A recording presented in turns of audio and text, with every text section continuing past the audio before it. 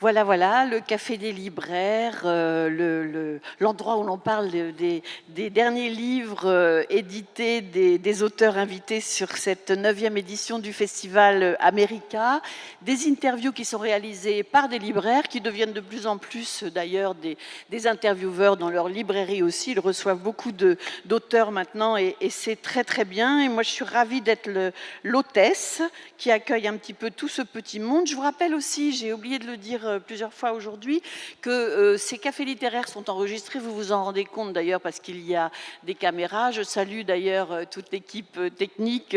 Là, il y en a quelques-uns qui sont visibles, mais il y en a d'autres qui sont cachés un peu là-haut à la régie. Et donc, que vous pourrez revoir dans quelques temps ensuite sur le site du Festival America, tous ces plateaux.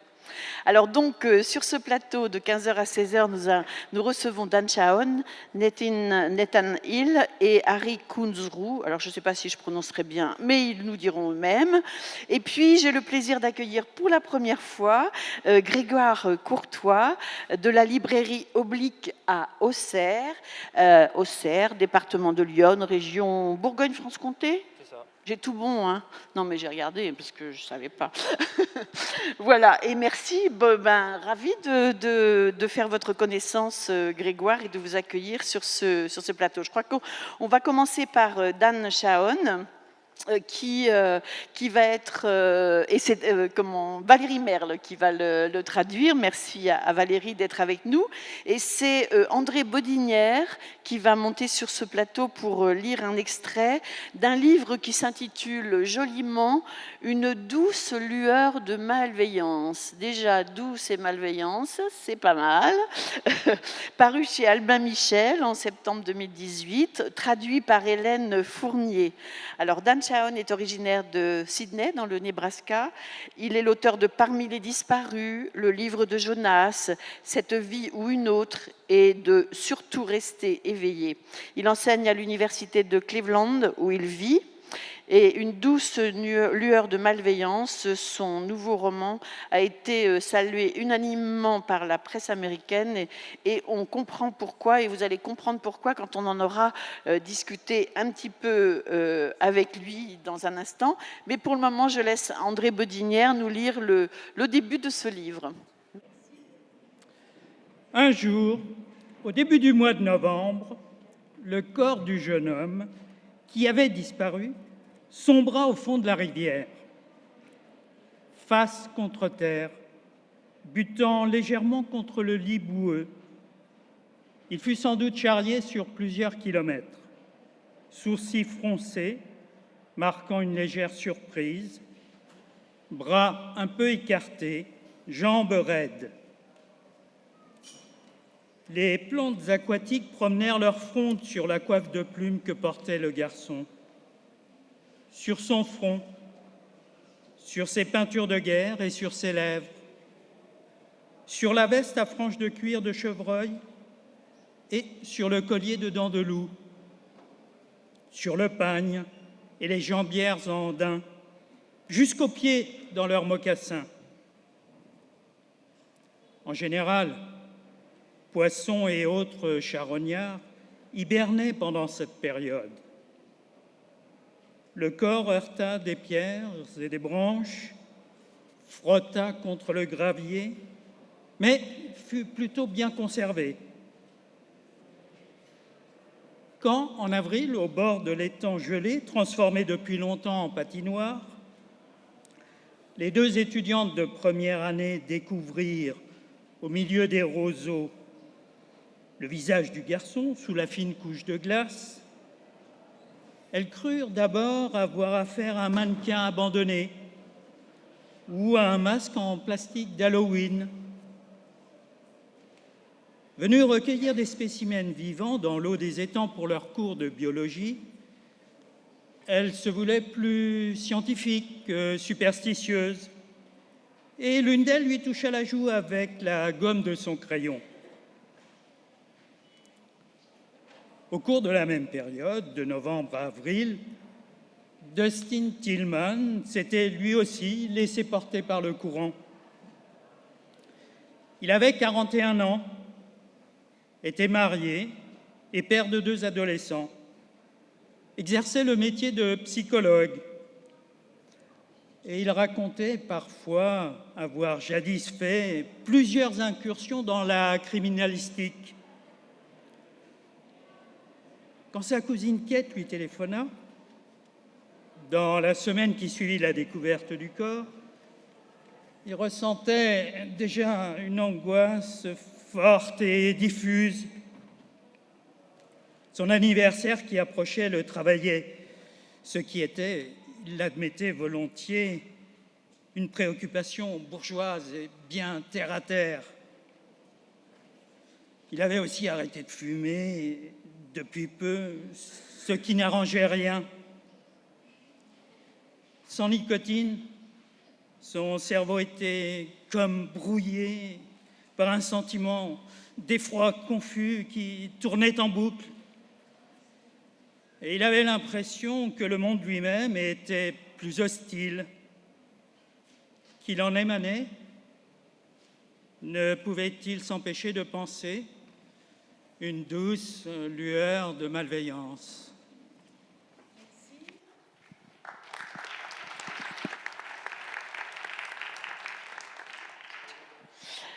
Et bien voilà, on rentre dans le livre en faisant la découverte d'un des personnages principaux et je laisse le soin maintenant à Grégoire de commencer cette interview avec Dan Chaon qui est à ses côtés. Bonjour à tous, effectivement je suis très heureux d'être là pour la première fois. Ben oui, ravi de t'accueillir aussi. Merci beaucoup. On dit bien Auxerre, c'est bien ça. Je suis très heureux aussi d'avoir ces 3 auteurs à mes côtés parce que vraiment c'est 3 livres que j'ai dévorés à diverses époques puisque certains je les ai lus à leur sortie et je suis vraiment très heureux de rencontrer ces gens qui ont des points communs que vous allez peut-être découvrir au fur et à mesure mais peut-être plus à la lecture. Je ne vais pas en parler plus longuement ici. Ce que je peux dire de Dan Chaon, vous avez entendu le début, c'est qu'on entre directement dans un livre qui pourrait être un polar, clairement, qui n'en est pas un. C'est un peu le cas des 3 aussi, vous verrez. Et ce livre de Dan Chaon va vous lancer dans un suspense d'emblée. Vous avez entendu la cousine Kate qui appelle Dustin. En fait, elle va lui dire quelque chose d'important, c'est que Rusty, le frère de Dustin, le frère adoptif à l'époque, il vient de passer 30 ans en prison. Sur le témoignage de Dustin, il est allé en prison pour meurtre, un terrible meurtre, quadruple meurtre de deux couples. Et en fait, l'ADN vient de le disculper. C'est pas lui. Et là, il va sortir de prison. Vous imaginez la tension du début du roman, parce que là, c'est le tout début, je vous ai rien raconté. Ce roman est construit de manière polyphonique, et vous allez avoir les voix des différents personnages qui vont s'entremêler d'un chapitre à l'autre. Et ça va être l'objet de ma première question à Dan, c'est que est-ce que cette forme, qui est très importante pour l'intrigue du livre, cette polyphonie, s'est imposée dès le début du livre, de l'écriture? Est-ce que cette forme s'est imposée dès le début, cette question polyphonique?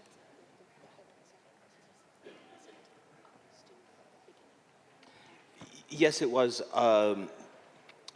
particularly because this is a book about self-deception and about the ways in which individuals perceive their realities.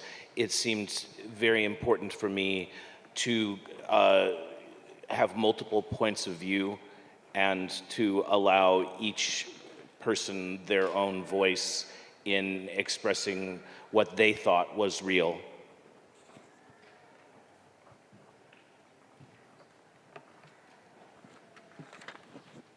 Oui, et surtout parce que en fait, c'est un livre qui parle de gens qui ne se disent pas la vérité à eux-mêmes. C'est pour ça que c'était important de montrer comment chaque personne percevait sa propre réalité. Et donc, c'était pour moi particulièrement important d'avoir une multiplicité de points de vue. Ça permet à chaque personne d'avoir sa propre voix et de dire elle-même ce qu'elle pense être réel. Alors en effet, c'est le cœur du livre, vous l'avez compris, c'est le doute. Ce doute qui s'insinue d'abord dans les points de vue différents qu'on va nous présenter, et puis le doute sur les souvenirs, puisque Dustin, on vous l'a dit, est psychologue. On ne vous a pas dit psychologue de quoi? Il est psychologue spécialisé dans les souvenirs enfouis, refoulés. Et ça a aussi une grande importance dans le livre. Ce doute qui se construit à partir des souvenirs peut laisser entendre, est-ce que c'était une partie du projet de nous dire que nous vivons tous dans une fiction?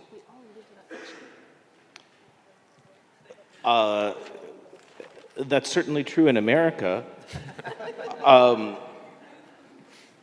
But it's a important question for me as I grow older and as I have lost people who are able to confirm or deny the things that have happened to me in my life. But also as I sort of have observed the American criminal justice system and the ways in which guilt and innocence really revolve around questions of who we believe and what memories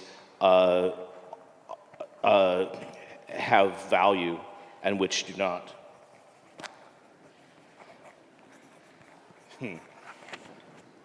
Oui, c'est tout à fait vrai en tous les cas en ce qui concerne les États-Unis. Mais ce qui est une question particulièrement importante pour moi, c'est une question particulièrement importante pour moi parce que je vieillis et j'ai perdu des gens qui auraient pu être en mesure de confirmer ou d'infirmer des choses qui me sont arrivées à moi dans ma propre vie. Et puis aussi, la question m'intéressait parce que j'ai pu observer le système pénal américain et je vois que la culpabilité ou l'innocence dépend en fait d'un certain nombre de questions, comme par exemple qui on croit et quels souvenirs ont une valeur ou n'en ont pas. Alors effectivement, hein, c'est le nœud du livre sur cette question du doute et de la perception par les autres. C'est une famille. Ce que je ne vous ai pas dit dans le livre, c'est que ces deux couples qui ont été assassinés, ce sont deux couples qui se connaissaient très bien, puisqu'il y avait un frère et une sœur, et qu'il y avait les enfants qui étaient à côté dans la caravane. Les enfants se lèvent le matin, découvrent les 4 cadavres. C'est comme ça que ça débute. C'est une histoire de famille, c'est ça qui est très important dans ce livre. Et pour rebondir sur ce que vient de dire Dan, cette histoire de famille, est-ce que dans une famille précisément, ce qui fait qu'une famille peut rester soudée, c'est qu'elle arrive à un accord pour se raconter la même histoire?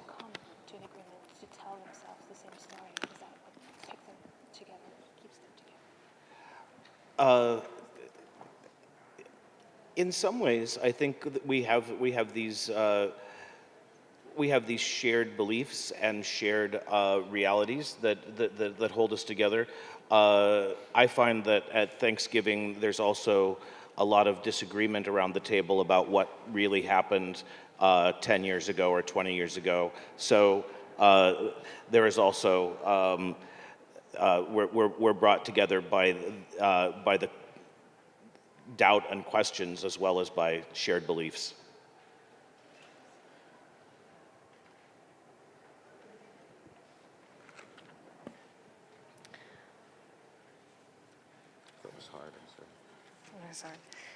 Oui, d'une certaine manière, on a effectivement des croyances ou des choses que l'on croit ou des réalités que l'on partage qui permettent de rester ensemble.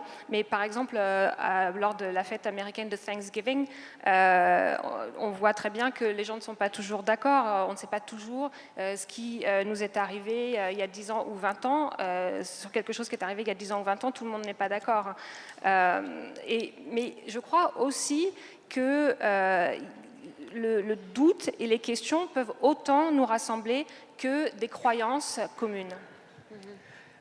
Alors il y a quelque chose qui accentue encore cette idée du doute dans la manière dont vous écrivez. C'est une trouvaille stylistique ou graphique dans le livre. Il y a plusieurs choses qui sont assez innovantes d'ailleurs dans la manière dont vous avez écrit ce livre. D'abord un usage de l'espace qui est assez important au sein même de la phrase. Ça, je peux difficilement vous le décrire. Vous regarderez, au début on pense que c'est une erreur de justification. Moi c'est ce que j'ai cru au début. Oui, absolument. On se dit, ouais, c'est vraiment moche, ils se sont trompés. Et puis on s'aperçoit que non, ce silence, ce blanc au milieu de la phrase, il a une importance et il en aura tout au long du livre. Ça c'est la première trouvaille de Dan. Et la deuxième, c'est, je vais vous le montrer pour ceux qui sont loin, désolé, désolé, mais c'est que parfois vous allez, alors c'est à des moments cruciaux, hein, c'est pas tout le livre qui est construit comme ça, bien entendu, mais à des moments cruciaux de l'intrigue, vous avez un livre qui est construit en colonnes, avec une histoire qui se déroule dans chacune des colonnes. Et vous pouvez la lire en fait comme vous voulez. C'est-à-dire que soit vous lisez un point de vue d'un côté et puis l'autre point de vue ensuite, soit vous lisez alternativement. C'est le lecteur qui a ce choix-là. Donc c'est assez intéressant, et moi je voulais savoir si ces trouvailles graphiques, stylistiques, comment vous en êtes arrivé là? I wanted to find a way to portray the divided consciousness of my characters, and particularly the ways in which the mind is moving in several directions at once. We may be driving down the street and remembering something from our past, and also thinking about the lunch that we're going to have later in the day. And all three streams are sort of concurrent. And I was very much inspired by the ways in which poetry can use the field of the page, if that makes any sense, and to create something that has a visual component as well as a sort of playful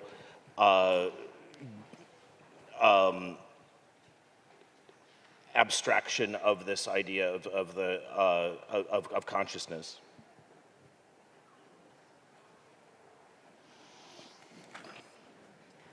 Oui, en fait, ce que je voulais montrer, c'était la conscience divisée de mes personnages. Surtout, ce que je voulais montrer, c'était en fait comment notre esprit part toujours dans plusieurs directions en même temps. On peut très bien être en train de conduire et puis donc on est dans la rue, et en même temps on se souvient de quelque chose qui nous est arrivé par le passé, et puis en même temps on peut aussi être en train de penser au déjeuner auquel on se rend et qu'on va prendre plus tard dans la journée. Donc en fait, ces trois choses se passent dans la conscience du personnage au même moment. Et ce qui m'a aussi beaucoup inspiré, c'est comment la poésie, les poèmes peuvent utiliser la page, le champ de la page, la disposition sur la page, de façon à créer une sorte de composante visuelle. Et puis en plus, ça crée quelque chose qui est comme un jeu, qui est assez amusant et qui est en fait une sorte d'abstraction de l'idée de conscience. Il y a un personnage dont on n'a pas parlé, mais qui est important aussi dans le livre. On n'en dira pas plus, comme ça vous allez le découvrir à travers l'histoire. C'est un policier en congé maladie qui est un peu obsessionnel, on va dire. C'est la moindre des choses. Ben voilà, vous allez découvrir à travers le livre qui il est là. C'est vrai qu'on a un peu tendance aussi que c'est un roman sur le fait que peut-être la mémoire, c'est une reconstruction. Moi, je me disais peut-être que ce personnage de Steen qui a effectivement dénoncé son frère était un enfant à l'époque. On ne l'a pas dit, mais c'était un enfant. Et c'est vrai qu'on ne perçoit pas les choses de la même façon, peut-être quand on est adulte. Enfin, on ne va pas revenir sur... voilà, ça donne déjà très envie. Juste une phrase que j'aime bien et que vous avez mis en exergue de ce livre, vous ou votre éditrice, je n'en sais rien, ou votre éditeur. C'est une phrase de Jean de La Fontaine, on rencontre sa destinée souvent par les chemins qu'on prend pour l'éviter. Je trouve ça très bien. Thank you. I guess the De La Fontaine quote for me is very important, because so much of the novel is about people who are attempting to rewrite their own histories and to live in denial about the ways in which they themselves may be guilty or may have made choices that have injured other people. And to me, the fairy tale that De La Fontaine speaks of is also very significant in real life.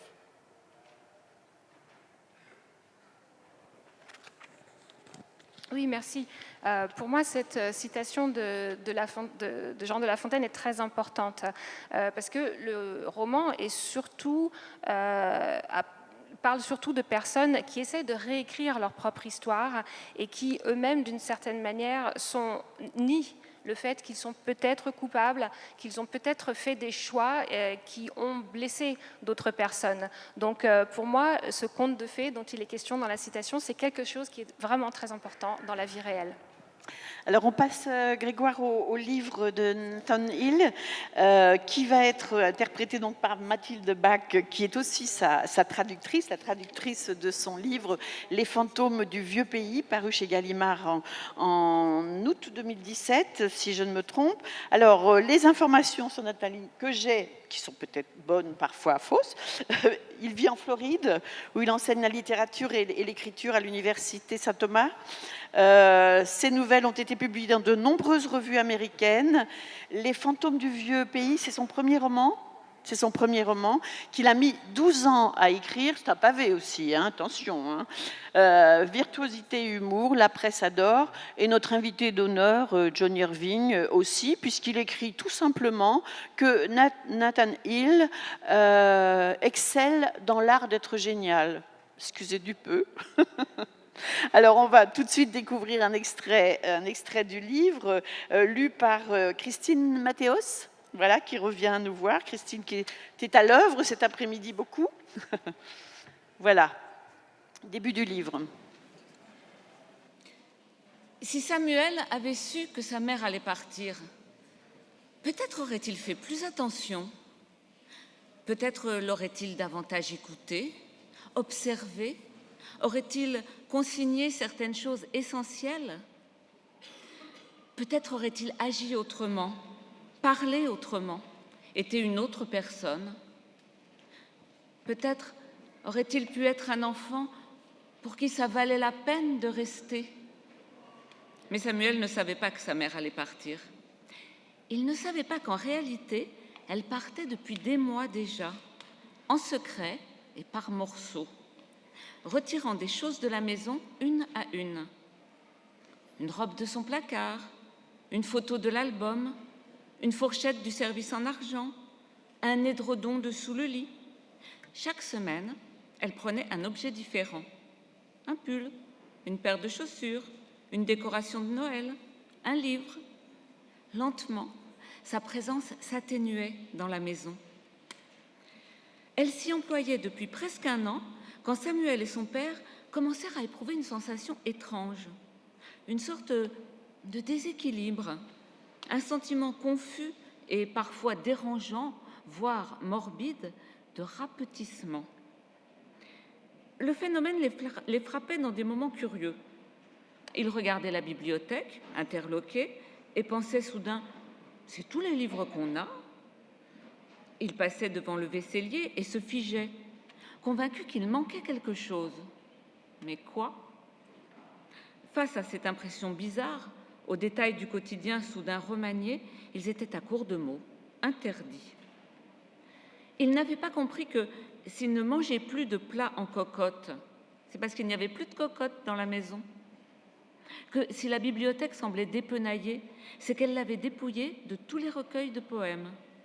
Et que s'il semblait y avoir tout à coup de la place dans le vaisselier, c'était que le service avait été soulagé de 2 assiettes, 2 bols et une théière, comme s'ils étaient cambriolés au compte-gouttes. « Il n'y avait pas plus de photos sur ce mur avant ?»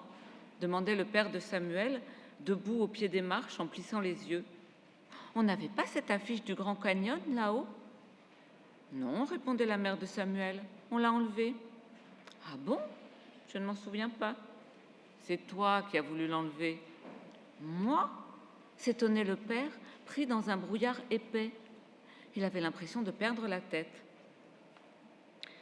Voilà de quelle manière sa mère était partie, imperceptiblement, lentement, bribe par bribe, taillant dans sa vie comme dans la pierre, jusqu'à ce que la seule chose qui reste encore à dépouiller de son socle soit sa propre personne.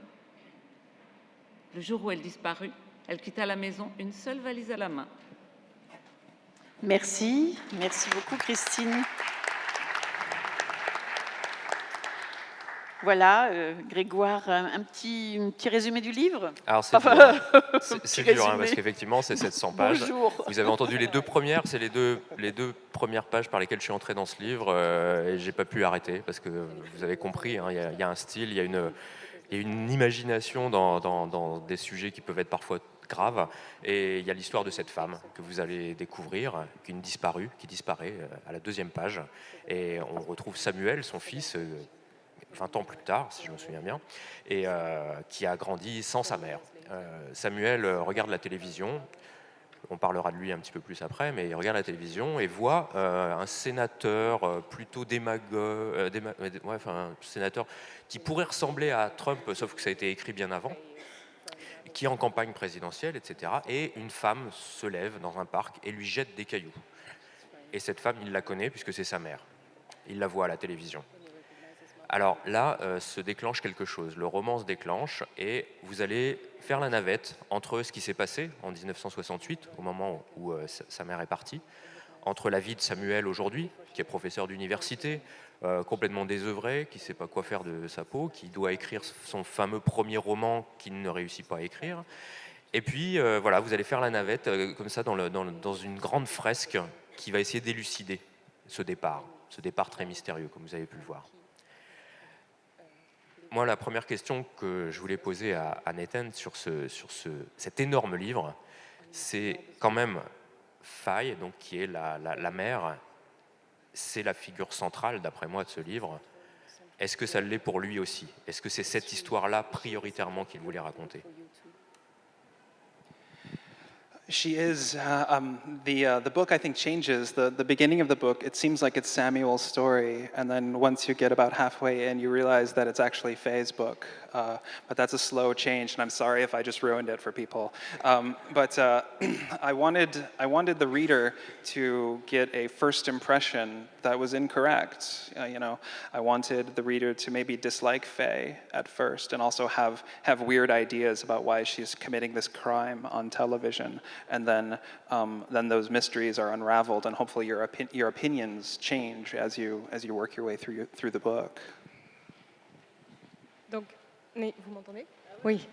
Nathan voulait induire le lecteur en erreur, en fait. Il voulait donner la mauvaise impression et faire penser au lecteur que c'était Samuel le héros. Et en fait, c'est l'histoire de Faye, et c'est vraiment Faye qui est au cœur du roman. Et il voulait aussi donner une mauvaise impression et une mauvaise image de Faye au départ pour induire son lecteur en erreur et pour le mettre sur un mauvais chemin. Et effectivement, c'est ce qu'on ressent, mais c'est ce que lui ressent aussi. C'est que le lecteur est à la place de Samuel, effectivement. Samuel qui va découvrir petit à petit ce qui s'est passé, mais le lecteur avant Samuel.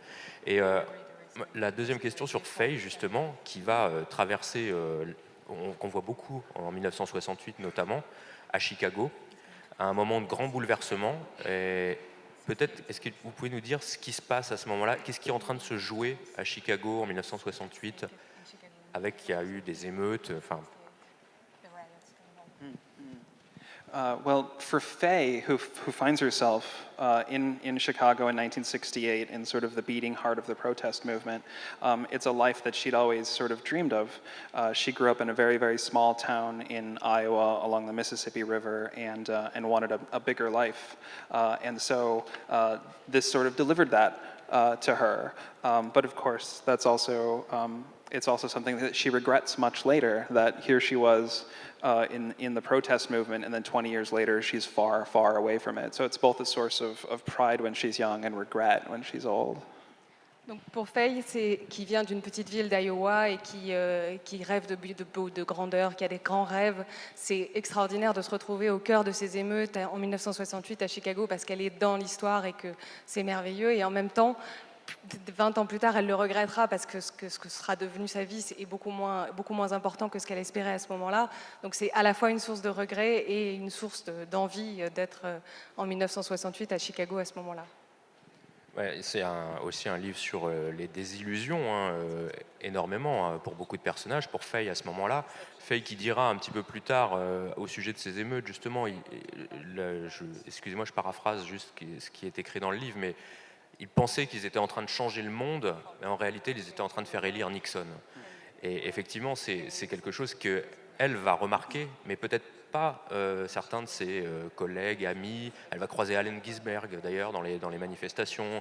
Il y a une petite scène comme ça assez amusante à ce sujet-là. Et est-ce que justement est-ce que c'était pour pointer un petit peu le caractère artificiel de ce militantisme à cette époque-là?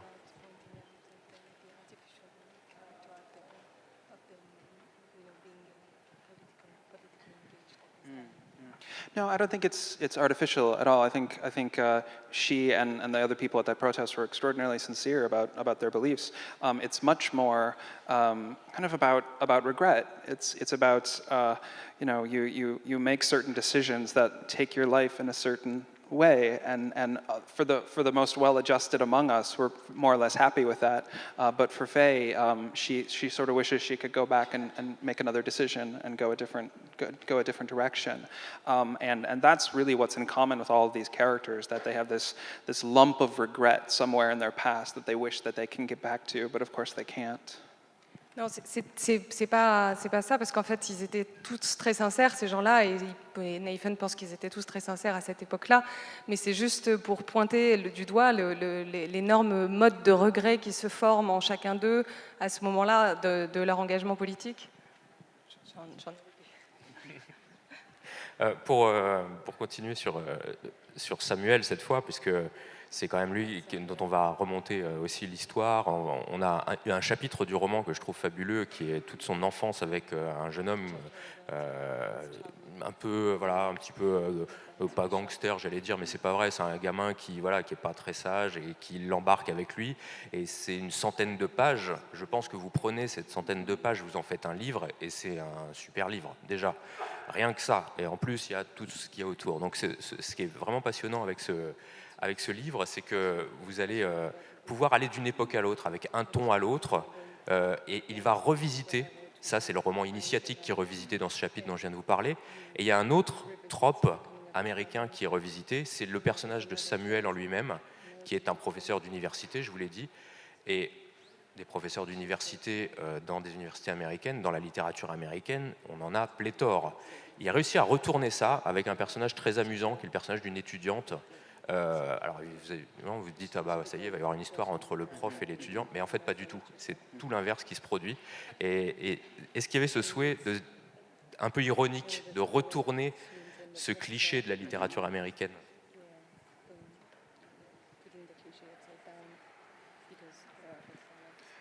Because the student's sort of in charge in that relationship. Yeah, that was based on some, maybe an amalgamation of 12 to 15 of my most challenging students when I was a teacher.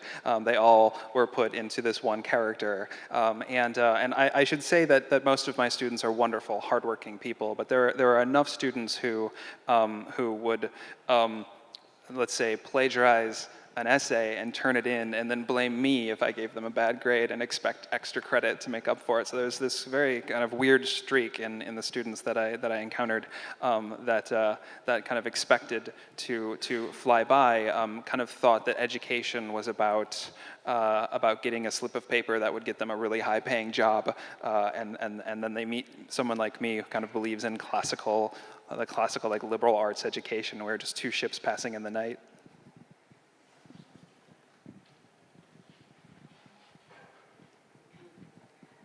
Donc le personnage de Laura Potsdam, qui est le personnage d'étudiante, est une espèce de mix entre 12 ou 15 de des pires étudiants que Nathan a pu avoir en classe, mais la plupart d'entre eux, il tient à vous rassurer, étaient des très bons étudiants, extraordinaires, très dédiés aux cours.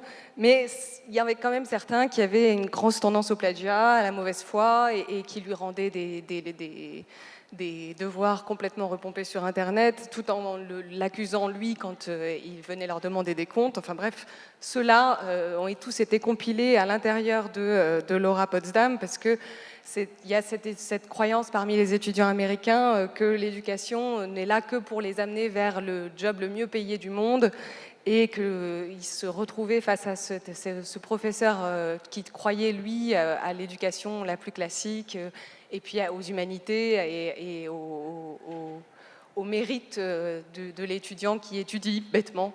Donc voilà, c'était surtout pour faire ce clin d'œil à ces étudiants les pires.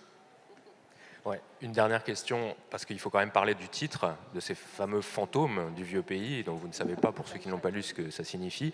Le titre original, c'est The Nix, et Nix, qui est encore plus obscur d'ailleurs pour les Américains que pour nous. Et ce fameux Nix, en fait, vient du père de Faye, qui lui vient de Norvège, et qui arrive sur le continent américain avec son folklore, ses superstitions, et ces fameux, non pas fantômes, mais c'est plutôt des lutins, pour ceux qui connaissent un petit peu les superstitions scandinaves, ces lutins qu'il ne faut pas trop choquer, qu'il ne faut pas trop malmener, et qui apparaissent à de nombreuses reprises tout au long du livre. Vous allez voir vraiment le sens de ce titre au bout d'un moment. Ma question, c'est est-ce qu'il était important que ces fantômes, que ce vieux pays s'invite dans cette histoire?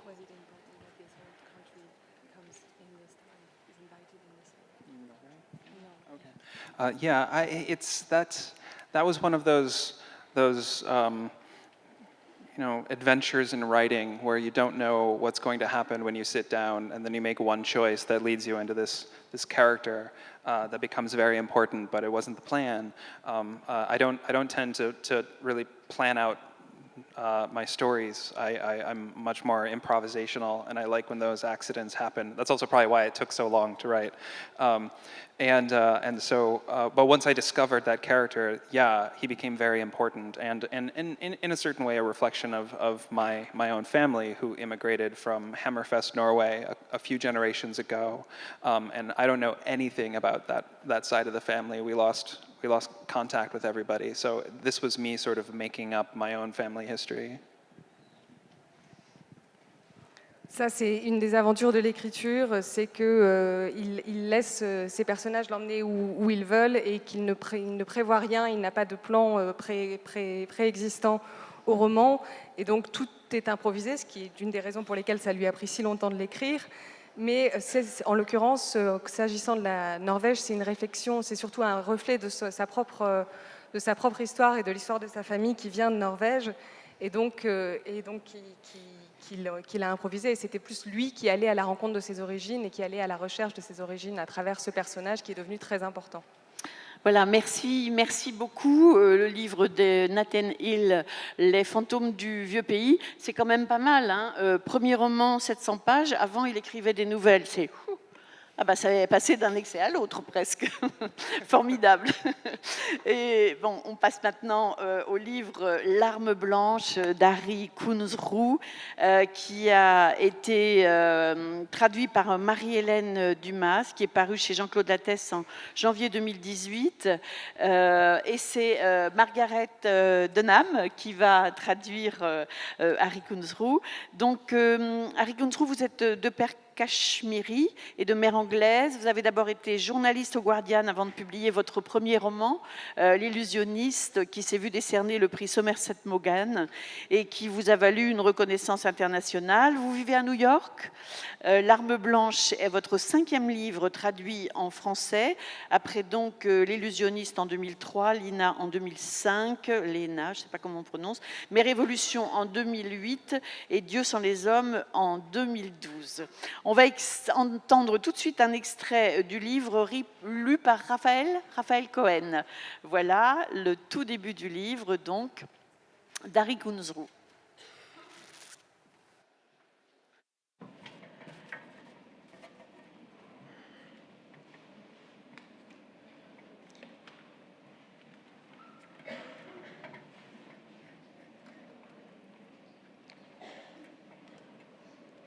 Depuis le centre de Chicago, le train met seulement 1 heure jusqu'à Wicklow. Mais Bello essaie malgré tout de dormir. Quand il est fatigué, il a les mains qui tremblent et sa détermination chancelle. Mais dès qu'il ferme les yeux, il a l'impression de glisser sous l'eau, froide et claustrophobique, en préambule à son cauchemar récurrent. Bello porte la main à sa poche de chemise, en sort la bague en or, la met dans sa bouche. Sa langue la pousse vers le fond, puis il la pince doucement entre ses molaires. Cette tiédeur métallique l'apaise.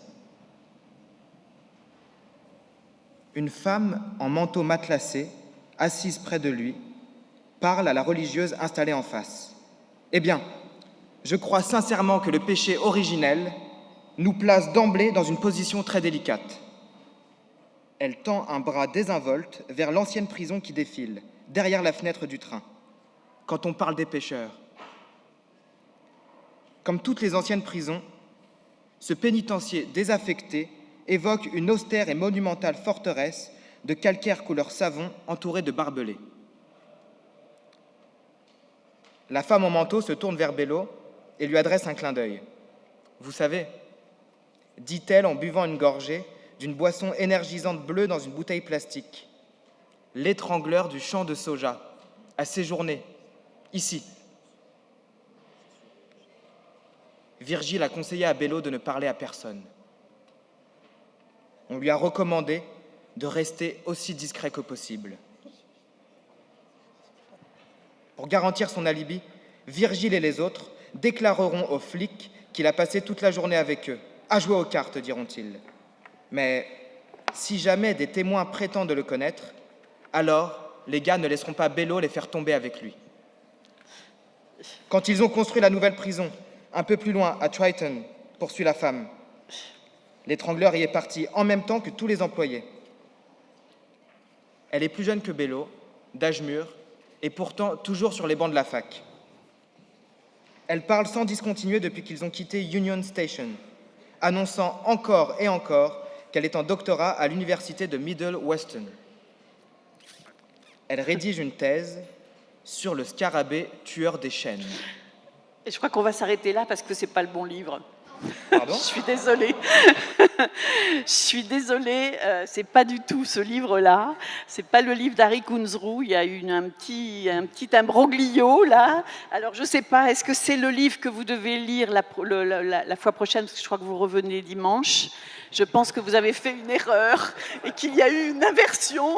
Et j'étais un peu paumée parce que je me disais mais je me rappelle pas de cette histoire. Voilà, donc il y a eu un petit imbroglio, on n'est pas du tout dans la même histoire. Eh ben, on va la résumer, cette histoire, parce que c'est vrai qu'on est dans un... Bah oui, mais c'est trop tard là maintenant, parce que là on va décaler tous nos cafés littéraires. Si on peut en lire un petit extrait à la toute fin, mais vraiment un petit paragraphe, on va voir. Mais bon, ce qu'il est important, c'est d'entendre l'auteur. C'est quand même ça le plus important. Donc je laisse Grégoire. Ouais, je vais vous résumer brièvement donc l'arme blanche. L'arme blanche, donc c'est pour ceux qui ne voient pas le titre écrit, c'est l'arme au pluriel, blanche au pluriel. Il y a un jeu de mots en français, mais qui n'est pas présent dans la version originale. Donc je pense que c'est pas du tout voulu par l'auteur, ce jeu de mots de passer l'arme, enfin avec l'arme blanche. Bref, vous allez entrer avec ce livre dans l'univers du blues. Alors le blues vu d'aujourd'hui est le vieux blues, le blues des années 20, entre les années 20 et années 30, mais vu d'aujourd'hui du côté des collectionneurs qui cherchent la pépite rare, qui cherchent à avoir le pressage que personne n'a, le disque de tel label précisément enregistré telle année, de tel auteur, de tel musicien. Et c'est une histoire d'héritage de la musique noire bien sûr, et d'une période assez particulière de l'histoire du blues, que je ne connaissais pas du tout avant de lire ce livre. Et c'est vrai que c'est assez passionnant pour ça, parce que vous allez découvrir ce moment très particulier entre les années 20, milieu des années 20 et peut-être début des années 30. À quel moment vous situez cette période qui va cristalliser tous les désirs de tous les collectionneurs de 78 tours? Hello. It's a very precise period because it was only possible in 1925 to record quiet sounds because they invented electrical recording. Before that, it was very hard to record the sound of a guitar or a voice that was not singing as if in a theater.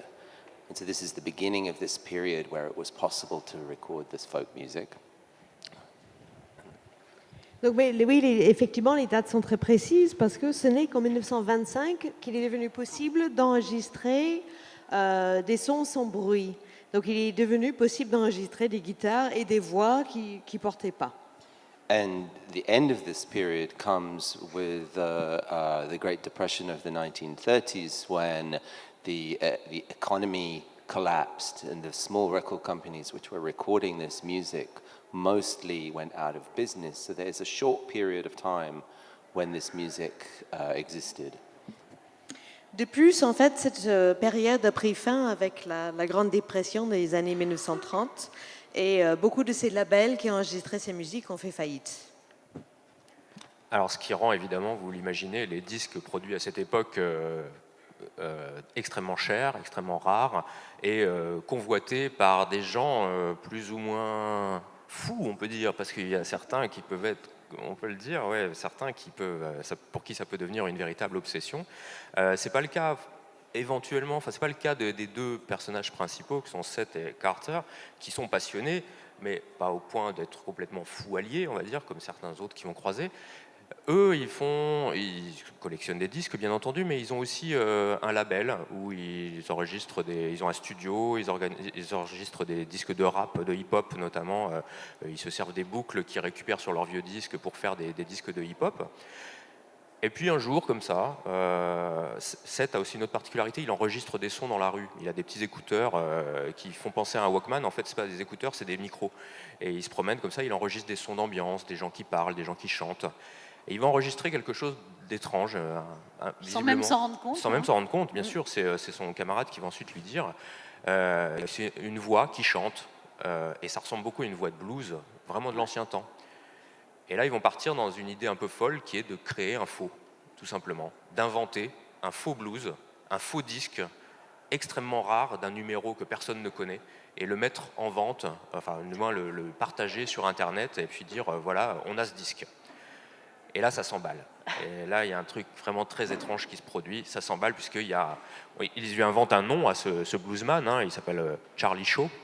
Et il y a un type qui les contacte et qui leur dit « Mais il me faut absolument ce disque parce que Charlie Shaw, je l'ai très bien connu. » Et là, ça commence à être vraiment très inquiétant. C'est un livre qui va parler justement de cette frontière entre le réel et ce qui ne l'est pas, entre l'héritage aussi, parce qu'il y a aussi cette idée de créer un faux héritage, quelque chose que eux ne peuvent pas, enfin, ne sont pas légitimes peut-être à avoir ça.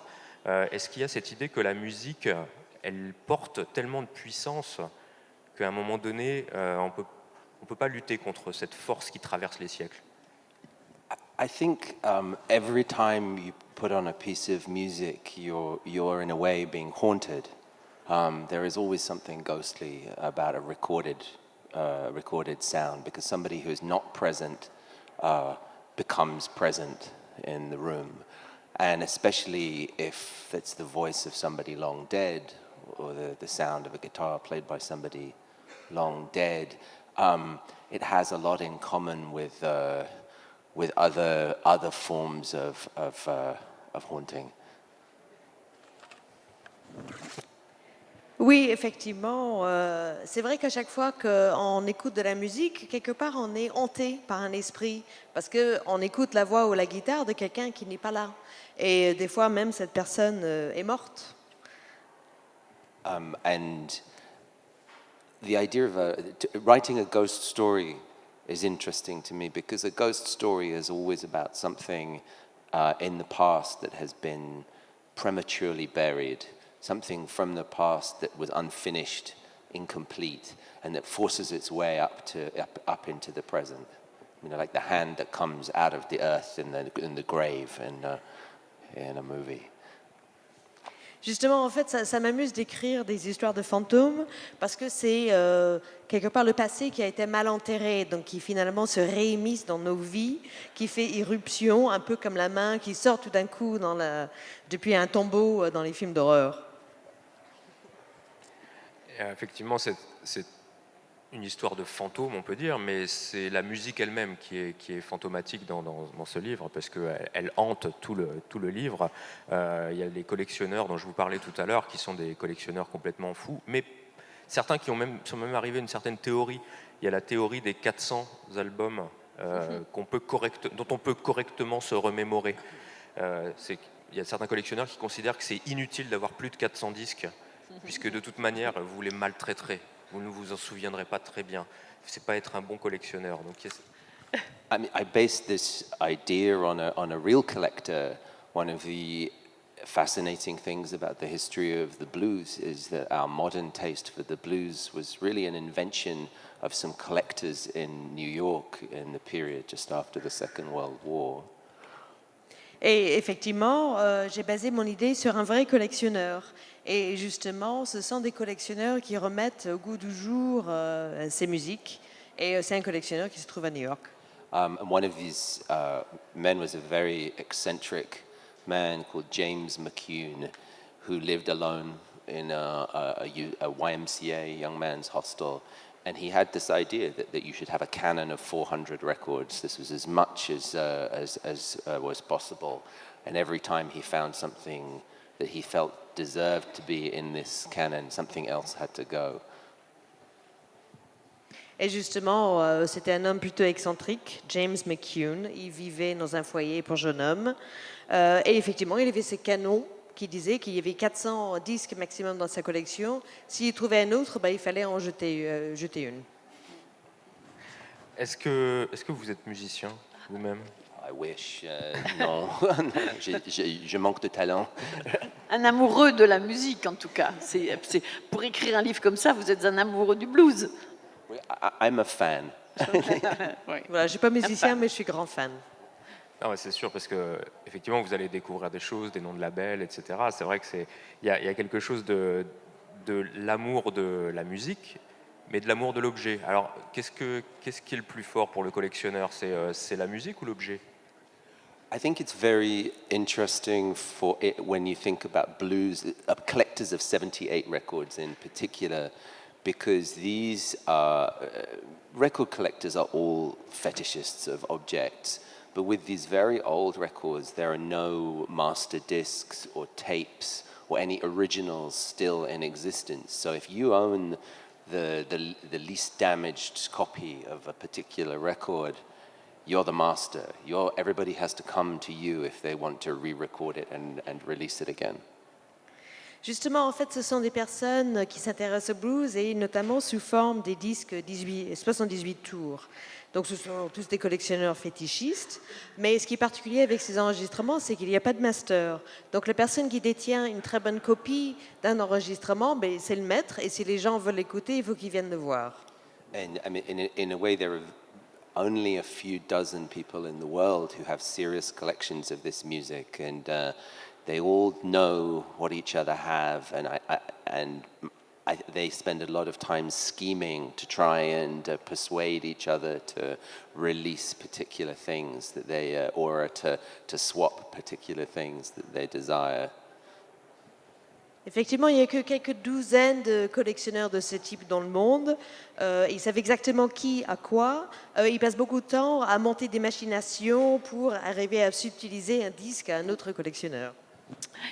Voilà, je pense que l'intérêt aussi peut-être c'est la différence qui existe entre les deux personnages, Carter et Seth, qui sont assez différents l'un et l'autre, et donc voilà, on va découvrir un petit peu leur évolution au cours du soir. Enfin, il y a plein de choses, quoi. Il y a plein de choses. Ouais, Voilà, ça s'intitule L'arme blanche. Ça a été traduit d'anglais par Marie-Hélène Dumas. Je regrette d'avoir mis tant de temps à réagir tout à l'heure, mais je me suis dit, ils ont pris une autre page. J'étais perdue. Donc, je ne sais pas. Si on peut lire juste, tu lis juste le premier paragraphe. Ah, il est content. Ben oui, il l'avait travaillé quand même. Hein. Et puis, ça nous fait plaisir d'en entendre un extrait aussi. Merci. Alors.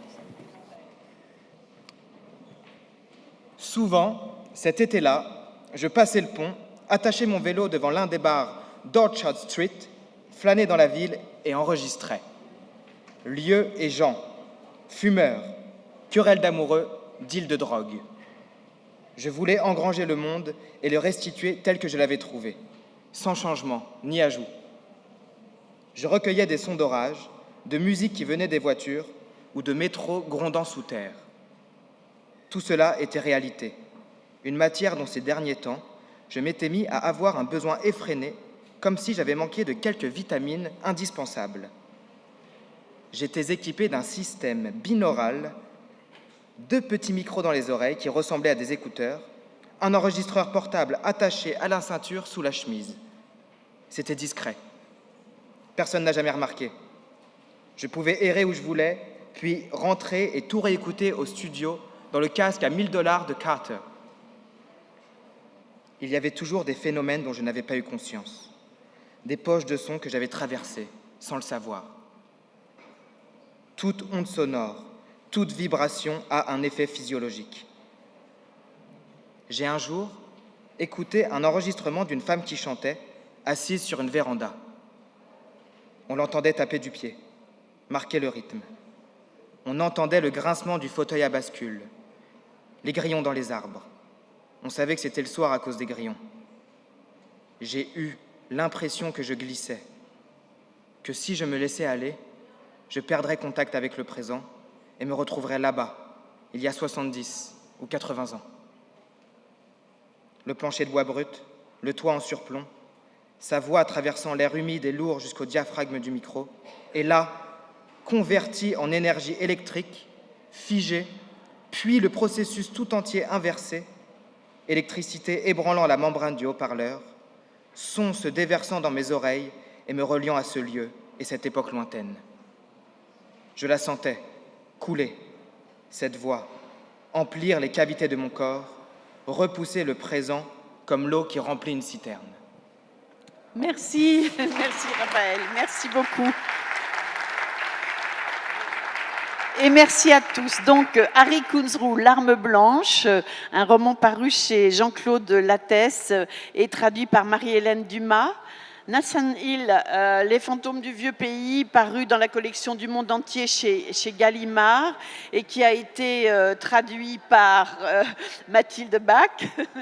Et puis le roman de Dan Chaon, Une douce lueur de malveillance, Une douce lueur de malveillance, paru chez Albin Michel et traduit par Hélène Fournier. Voilà, ils vont aller signer leur livre maintenant juste à côté du Café des libraires. Et nous allons accueillir les 3 auteurs suivantes, qui sont 3 femmes, pour changer un peu. À tout de suite. Merci à tous. Merci Grégoire. Merci pour cette première intervention. Il n'écoute même plus.